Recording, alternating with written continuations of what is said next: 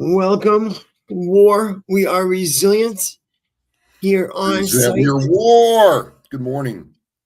But we're taking care of business. Not only when we're in Massachusetts but beyond. As you can see, Travis got a nice background behind him today.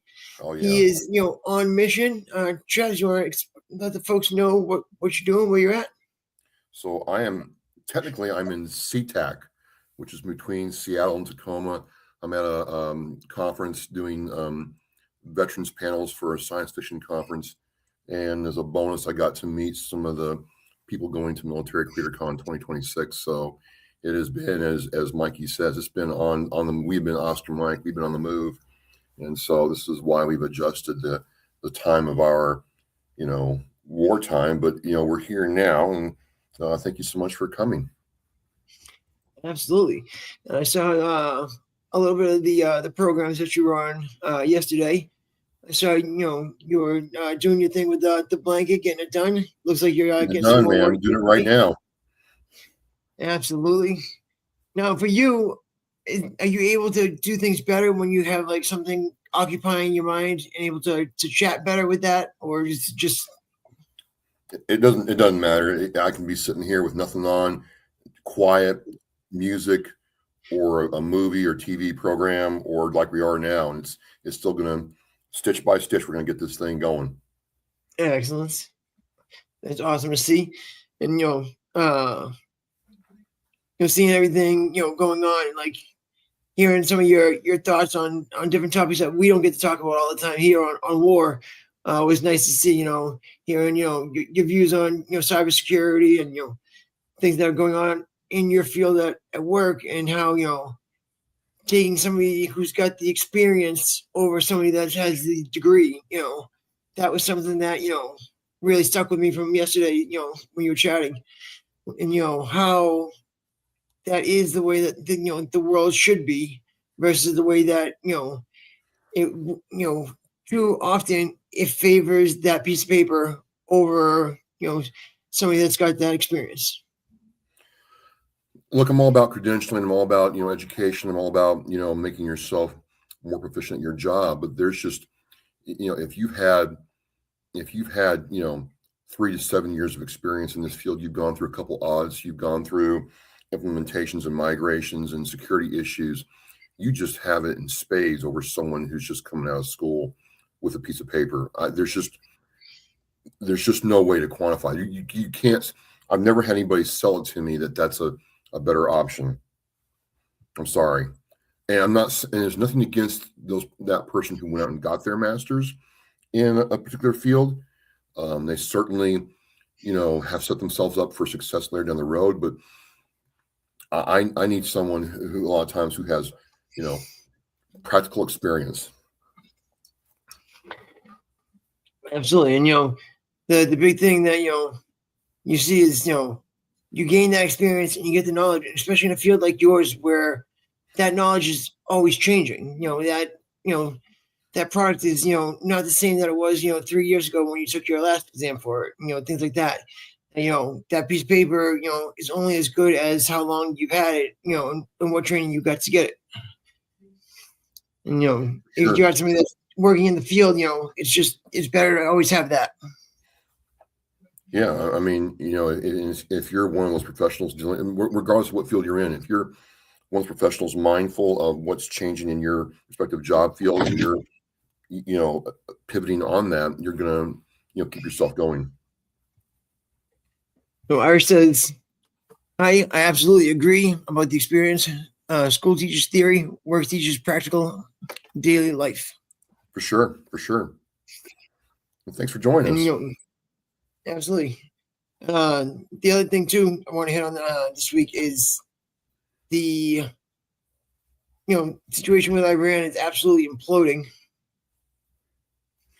and we're just trying to figure out what's going on where. And I do want to at some point during this this quick live that we're going to do today go over and look at the if you type in Iran in Twitter and it'll show what comes up. Like, you can see some are AI videos, some are crazy, some are real, and you just don't know what's what anymore. So it's like it's really tough to be able to take a hard stance on what's going on when so much fake information is being spread by both sides.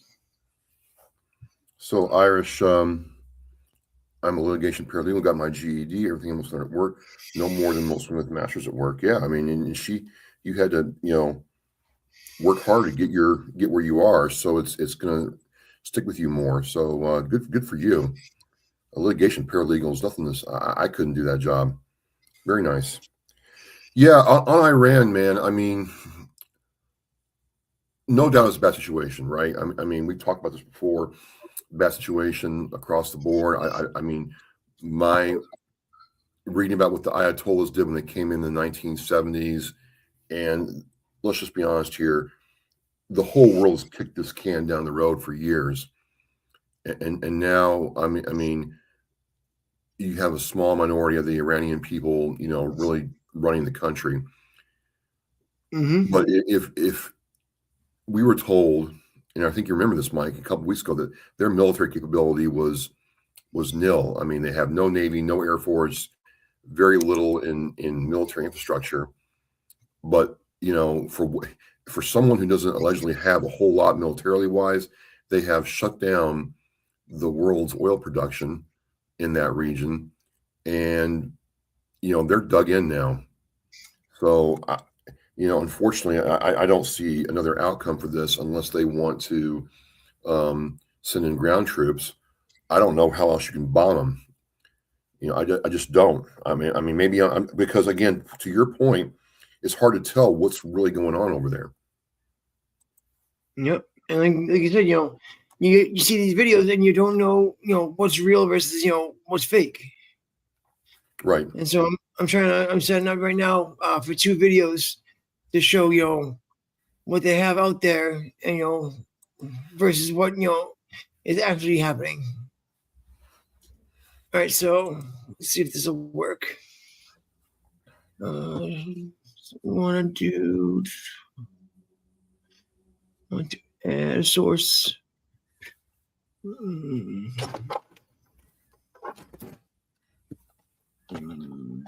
Just here. Share screen.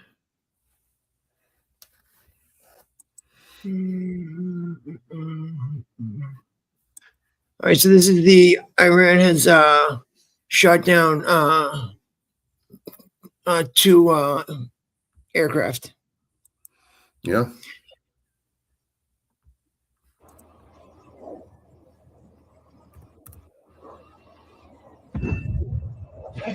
Target hit. Target destroyed.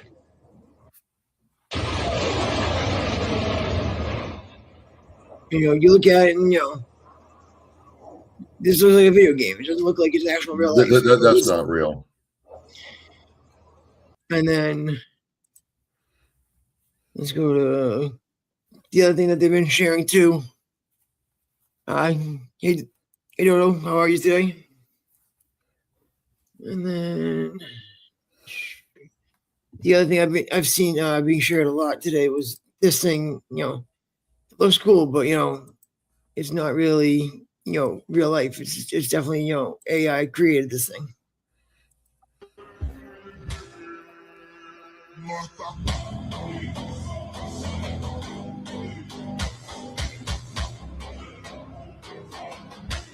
You can see these explosions aren't real. Like,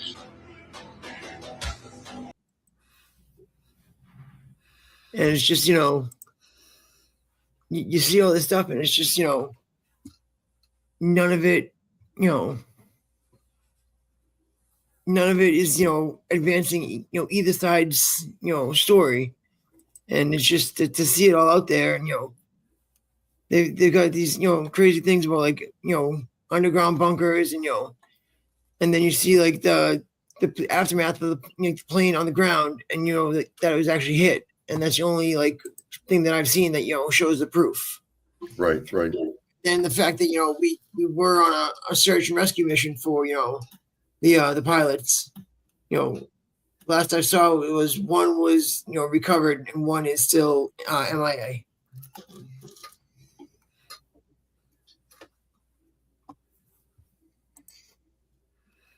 The military. Hey, what's up, guys? Okay. Those guys are great. I don't know if you've chatted with them, Travis, or not.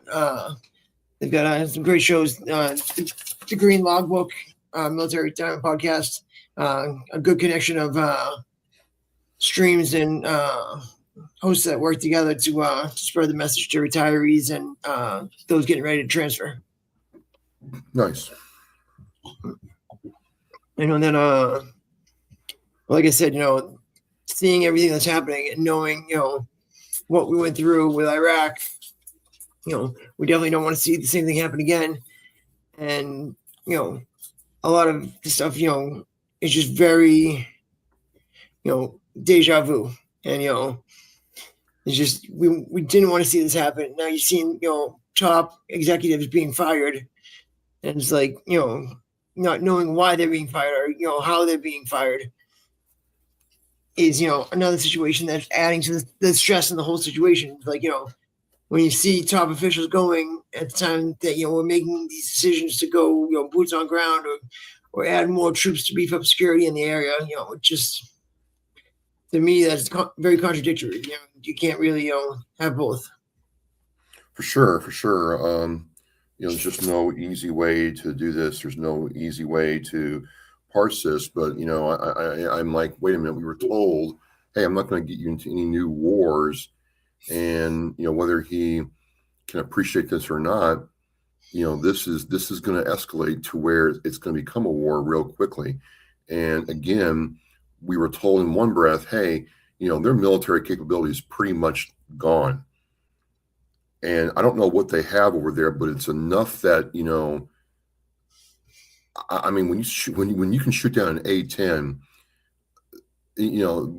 we either went where we shouldn't have been, we had bad information, or they're a lot more capable than we thought they were. Because again, I read that, hey, all their air defense capability is pretty much gone. All their naval capability is pretty much gone. And if their naval capability is gone, then how are they able to keep that straight lockdown? Oh, they've got, land-based missiles. Well, we were told they were all taken out. Like what is going on that, it just seems like from the outside that there may have been some overestimations of capability. And the thing is, I'm like, I definitely, commiserate with the Iranian people and their plight, the ones who've had to leave their country. It was a beautiful country, a seat of knowledge, learning, cosmopolitan, progression before the Ayatollahs took over. So I get it. But, Mike, this isn't our problem. We don't import oil from Iran. Like, what are we doing here? I mean, I know that Russia and China need Iran, but why are we doing this? And just to let Dodo know, I put them in a timeout because I pushed the wrong button. So didn't do that on purpose. I'll fix it either during the stream or right afterwards to figure that one out. What's crazy is we have the situation going on, and you said some things you just can't tell what's actually happening, and to me that's the hardest part. And hearing my family talk about it, I have family members that were I believe we had to go in there and clear out the area and show that we're the mega power that we used to be. That we have to show that we got the biggest set of brass ones out there, and like all this. And it's like, to me, I don't see that happening. I don't know like how we can be seeing two polar opposite versions of the same thing.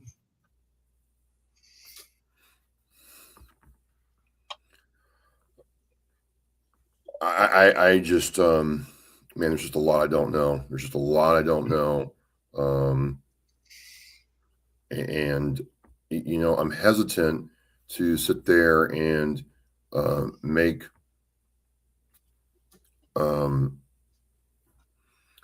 assumptions or guess, because that's all I have. Mm-hmm. I'm just going, one, on what I was told, and two, what I'm seeing. And, this is where it's not adding up.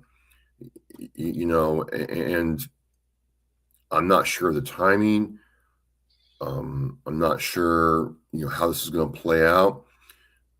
To me, if we really wanted to be like in this regime change mindset, we could have done this to Cuba, liberated Cuba, and we'd have, Venezuela and Cuba in our pocket, and, start really pushing back on Russia and China's influence in the, America, North and Southern Hemisphere. But instead, we've gone over and picked another fight in the Middle East, and I'm not sure what's going to take to win.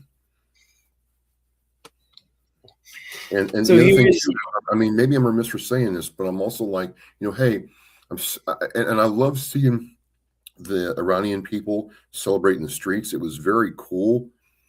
But I'm like, okay, there's going to come a point where, okay, if you want your country back, here's how you take it back. Go take it back. Yep. And there was something I saw the other day that was like, there's one man that knew about this long ago and talks about the spread of everything, and that they knew that you had to allow the people that are locals to that area remain locals to that area. You can't allow people to come from outside and try to take over the whole area. And that's what you see that's going on with Israel doing. And they're pushing into Lebanon, they're pushing in Iran. They're trying to be the mega power in the region. And we supported them financially through the military, and into this situation where it seems regrettable for us to be involved right now. And for what is the end state? What is the end goal? And how does that affect us? That's what it seems like I'm not seeing, is how Right. this situation improves American day-to-day life, how it improves our country, how it makes us greater. It doesn't. And that's what we're seeing. And the guy that said we need to check this and make sure that we keep people in line was JFK. JFK, he knew what was going on, and he said, back when he was president, that hey, we need to make sure that the people that live in that area are able to still maintain their area and their presence, and their people in the population, even though we just moved this other group and culture into the area. And that's ever since that everything's been uneasy, and and then knowing that JFK was killed, you can go down the the conspiracy rabbit hole on that too, saying was it for X, was it for Y, was it for Z, and you've got everything there, and then you see Epstein jailed and then killed in prison, and the ties to Trump and all these other billionaires, and all these people with wealth, like Scrooge McDuck, that they could swim in a giant room full of money. And it's just these people have a stupid amount of money, and it's like when you get to that point where you have that stupid amount of money, like it seems like just no matter what you do, evil takes over. Well, it certainly seems like there are the rules for thee and not for me, and that's a very dangerous place to be. I don't like that. I don't like it at all. But And juxtapose that, right? The other side of the coin is, if we're going to send troops into war, and it looks like we effectively have now, we have people getting shot down, people getting hurt, people getting killed, then I don't want to hear how we're going to change. Like we got to talk about the VA loan situation next week. That's what I really want to talk about. I'm like, I had high hopes for Secretary Collins when he came into the VA, and it just seems like, and no one's been able to, and I want to support the prior one who got the PACT Act through, and this guy, but it seems like there's this underground current of what can we take away, and what can we do, and how far can we go without the veteran getting upset or in the know. This VA loan change to foreclosures is going to change everything, and to me, it's like, just don't send us to war if you're not going to commit to taking care of us when we come back. Yep, and the big thing too is them saying they're gonna tax the second time you use it or the third time you use it. It's like they're gonna add these issues and take away your benefits from it. It's like, then you're not holding up your end of the promise. If you're changing the contract and the terms well after, you need to grandfather all those who have been in and are doing it. You need to let people know before they sign the contract the rules have changed.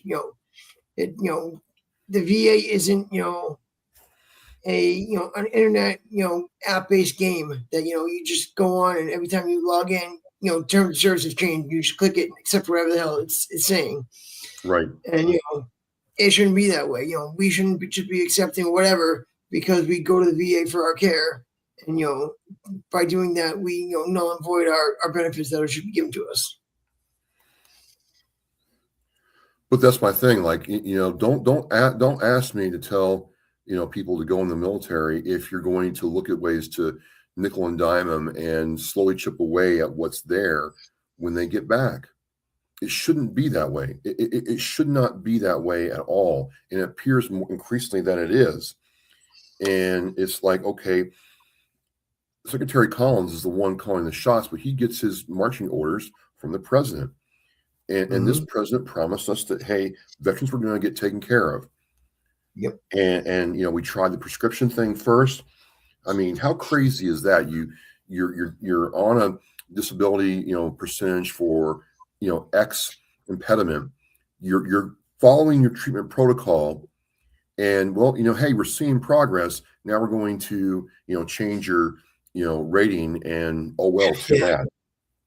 Yeah, that's mind blowing. Like, you're basically telling veterans that they need to to put their life at the hands of a whammy, like press my luck, and say can I do with no medication and do better financially being aided, or am I better off being somewhat healthy with the chance of the medication not working and lose that financial security I have. Right. And I feel like down the road, you're going to get a lot of vets, if that had happened, you would have had a lot of veterans, hit double whammies where, both they lose the money and then, the medication stops working for them after a certain time, or their condition worsens and they need to get a different medication and that's not working for them. And, now you're asking them to reapply to the whole system again to, prove, that their current rating doesn't, sustain, the factors in the day-to-day life that they have. It's disappointing. The other big thing too is, their Richard Starr Act, again, being blocked by, a single senator saying we don't have, the $9 billion over 10 years to be able to fund that. But,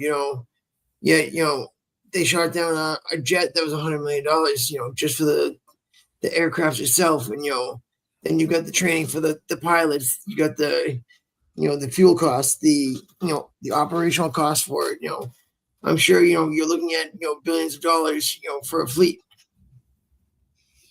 Well, that's the thing.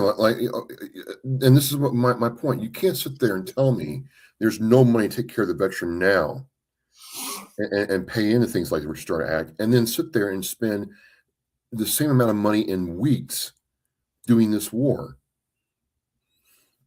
And again, I wrestle with it because I'm like, on one hand, I'm like, okay, this was coming to a head regardless. They were building nukes, we know that. They were building long-range missiles, we know that. Okay, great. But this was ill-conceived. I'm just not seeing where this is working out the way that they were telling the American people that it was. I mean, we were sat there and told, like, hey, we've pretty much knocked out any military capability they have. And obviously they still have any. I mean, what they had to do to shoot down an A-10, when was the last time an A-10 got shot down? Yep.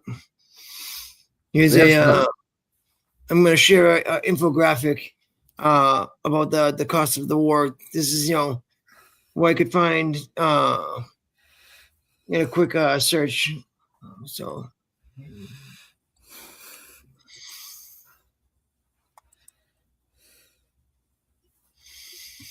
1 month of the Iran war, Operation Epic Fury, spending up to $22 billion, with losses accounting to $4 billion.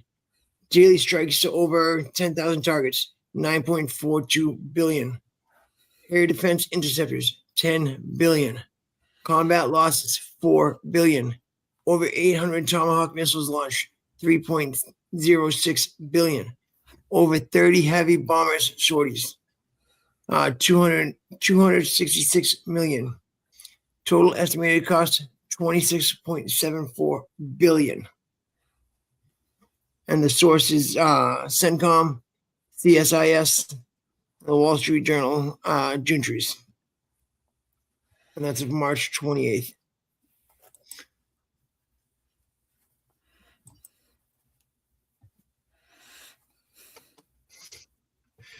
So it just shows, if we have that kind of money to be spending, daily and, monthly, we have that $9 billion to take care of our vets and make sure that the 54,000 veterans that were medically retired early due to their combat, ailments and injuries should be able to collect their, military retirement.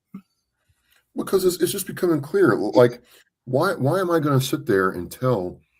And I hate being this way because I believe in a strong military. I believe that the military has done me, good, even though I didn't serve in combat. I wasn't deployed, but I was telling, Jason yesterday and Tara, what the Marine Corps gave me, it has paid dividends throughout my entire life. But it is a hard ask or a hard sell for me to sit there and tell somebody who's between the ages of 17 and 25, this is a good thing for you to do. When, I'm not saying you're going to get necessarily hurt every time you serve, but man, if you do, it doesn't seem like there is a commitment to make sure you're okay. And the reason I'm getting so fired up about this is because other groups of people move to the front of the line with a lot lower barrier to entry than you or I do. And I love this. Well, we can't show our ID to vote. Well, every time I go to the VA, guess what I got to do? I got to get out my VA card to show that I've got business there. Otherwise, they won't see me, period. That's just the way it is. When I went to the VA for the first time, I had to show my ID to get in. I mean, and that's just the way it is. So if I've got to show my ID and you've got to show your ID, it should be the same for everybody. Like, what's the big deal here? So it's just, I'm trying not to get jaded right now. I'm trying to see this, but I'm like, you and I think you said it right. Like, there's so much internet right now. Even back in Gulf War I and Desert Storm I and some parts of Afghanistan, you can be your own war correspondent right there with your cell phone, no problem. It's really something else in this day and age. And so I'm looking to see what's reality before I give my final judgment. But I'm like, man, we were told that all their capability been knocked out. Well, no one told them that, and I guess it's their homeland. They're going to defend it. And if we one more thing, let's just say we do send ground troops in. Are we Mhm. going to let them do their job? Are we going to put all these rules of engagement on to where we send them in with their one hand behind their back? Yeah, that's the tough part, too. And the other thing too, when people saying, well, Congress is supposed to pass it. Congress is supposed to pass it. Well, Congress voted on it, and Congress chose to not have a vote to vote on it. So they, essentially took themselves out of the conversation. So you can't use that argument anymore that Congress needs to pass this stuff. And obviously when you look back to Iraq and Afghanistan, that after 9/11, the Patriot Act basically gave these powers to the government that nobody was really understanding and and seeing. Right. So what do you what's on the agenda today at the con? I got a panel at 11, and then I've got a panel in the afternoon. Let's see here. Can folks check out online anywhere, or is it just for in person? They're going to have if they're recording it, they're going to have it up later. They don't like doing that. They want you to come to the con, and it's really cool.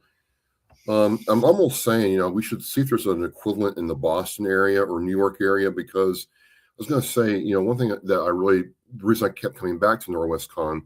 So the story is a lieutenant that I served with in Alpha Battery. Mhm. I was in Charlie Battery. She's like, hey, like 4 years ago, hey, I want you to come out next year to Northwest Con. I'm like, Northwest what? And, she's like, there's a lot of veterans there. I'm like, yeah, sure, right, whatever. And come to find out, man, there's all kinds of veterans at these cons who are super talented individuals, male and female, regardless of what service they're in. One of the panels I saw yesterday is a guy who, was an electronic warfare officer on a B-52 and has a very different view of warfare than, say, you or I do. People who've gone into nuclear energy, people who've done consulting on movies and stuff. So it's a really fascinating place to come and meet other veterans. And there's a lot of them there. And not just in the military space, because there's military tracks, but people who've written, books, consulted in movies, done other things, and in podcasting. So, we might do some reconning. There's got to be, if Seattle can have a con like this, there's got to be some equivalent in Boston that we could see if we could go to. And if there's not, man, why don't we look about start it? Well, that was the other thing. I mean, I'm glad you brought that up. Maybe there is a con in Boston and they don't have a military track, and maybe we could create our own. So, Bill Default, I'm all for inclusion. Will drones qualify for VA benefits post-Iran conflict? Well, I mean, I know why he's doing that, and it's actually a good point to raise, right? It's amazing to me seeing how drones are deployed in a combat area. It's not going to be like it was, 5, 10, 30 years ago. You're going to have a bunch of drones doing what thousands of people could do for a lot less time, effort, and money. And it's going to be like this. Maybe we should look at drones and other bots, if you will, to cut the cost down. Yeah. And you got some of these drones right now. It's a guy going into a trailer in Arizona, and he's going over and he's flying missions in Iraq, Iran, Kuwait, Afghanistan, whatever country he needed that day, and he's out there operating. It's just it's wild to think that at the end of his shift he steps out the trailer and he's back in the States. Yeah, absolutely. And then, hey, Elfish, just bobbing and say hi. Good to see you live. Absolutely, thank you for joining us. And Travis, thank you for being flexible and being able to switch up and show do this on a Saturday morning for the SITREP. And everybody have a good Easter weekend. That's your holiday celebrated. Passover, if that's yours, celebrated. Just be safe out there. Make sure if you're drinking, have an Uber. No need to get a $10,000 fine and lose your license this weekend. And just happy Easter, everybody. Thank you so much for joining us, and we will see you next time. Absolutely. We are WAR. We are resilient.